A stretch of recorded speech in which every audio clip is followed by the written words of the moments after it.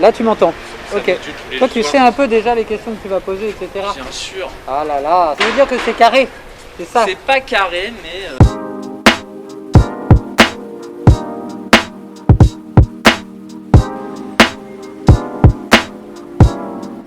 À part Banksy, JR ou encore Eduardo Cobra, le street art, en vrai, j'y connais presque rien.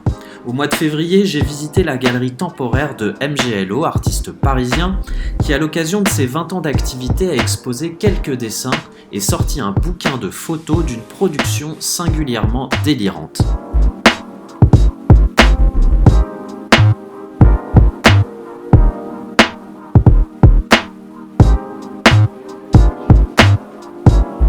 J'ai eu l'idée d'une sorte d'introduction, d'initiation à cet univers underground et nous avons donc convenu d'un petit rendez-vous pour qu'il vous présente sa vision, ses motivations et son parcours. Incognito. MGLO, ouais. Bah, moi, je dis que je suis artiste, dessinateur, tagueur, peintre. Voilà. Et aussi un petit peu dans le carnaval. Bah oui, dans la fête. Dans le carnaval, c'est déjà quelque chose qui se passe en extérieur, donc ça correspond bien à ce que je fais au quotidien. L'univers, moi, dans lequel j'interviens, c'est la rue, donc c'est de cette façon-là que je présente mon travail. Moi, je viens transformer, on va dire, l'architecture par la peinture, métamorphoser des endroits devant lesquels passent des centaines de personnes tous les jours. C'est un peu du tuning, hein. On vient transformer des surfaces, des matières, voilà.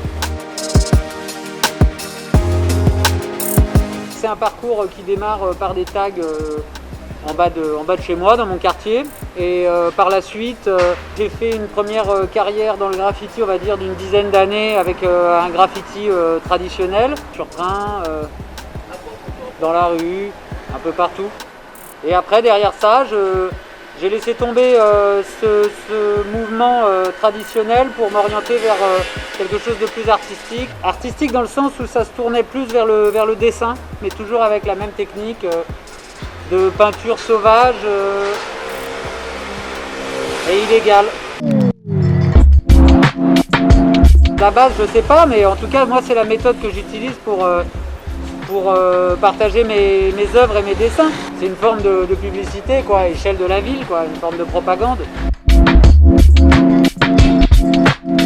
J'ai pas de message direct à adresser. L'artiste est là plus pour poser des questions que pour amener des réponses, en tout cas c'est mon cas. De toute façon, faire de la peinture de façon illégale dans la rue depuis autant d'années, c'est forcément politique. On est des pirates. On décide de pouvoir peindre et exposer ce qu'on veut quand on veut, quotidiennement. Donc il y a déjà une démarche, à mon sens, qui est engagée à ce niveau-là. C'est bien suffisant d'ailleurs.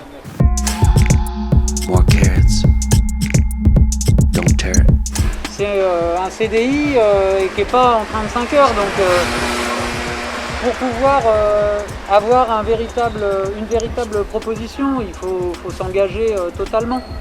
Ça peut pas être un side à côté ou un hobby.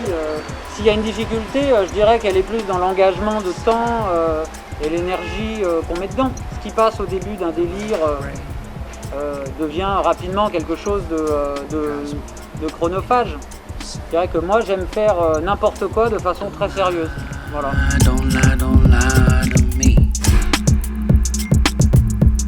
Oui, je pense que tout le monde peut devenir street artiste. Après, avoir une vraie proposition intéressante, ça fait le tri, mais c'est comme dans tout le monde peut devenir cycliste, tout le monde peut devenir boulanger.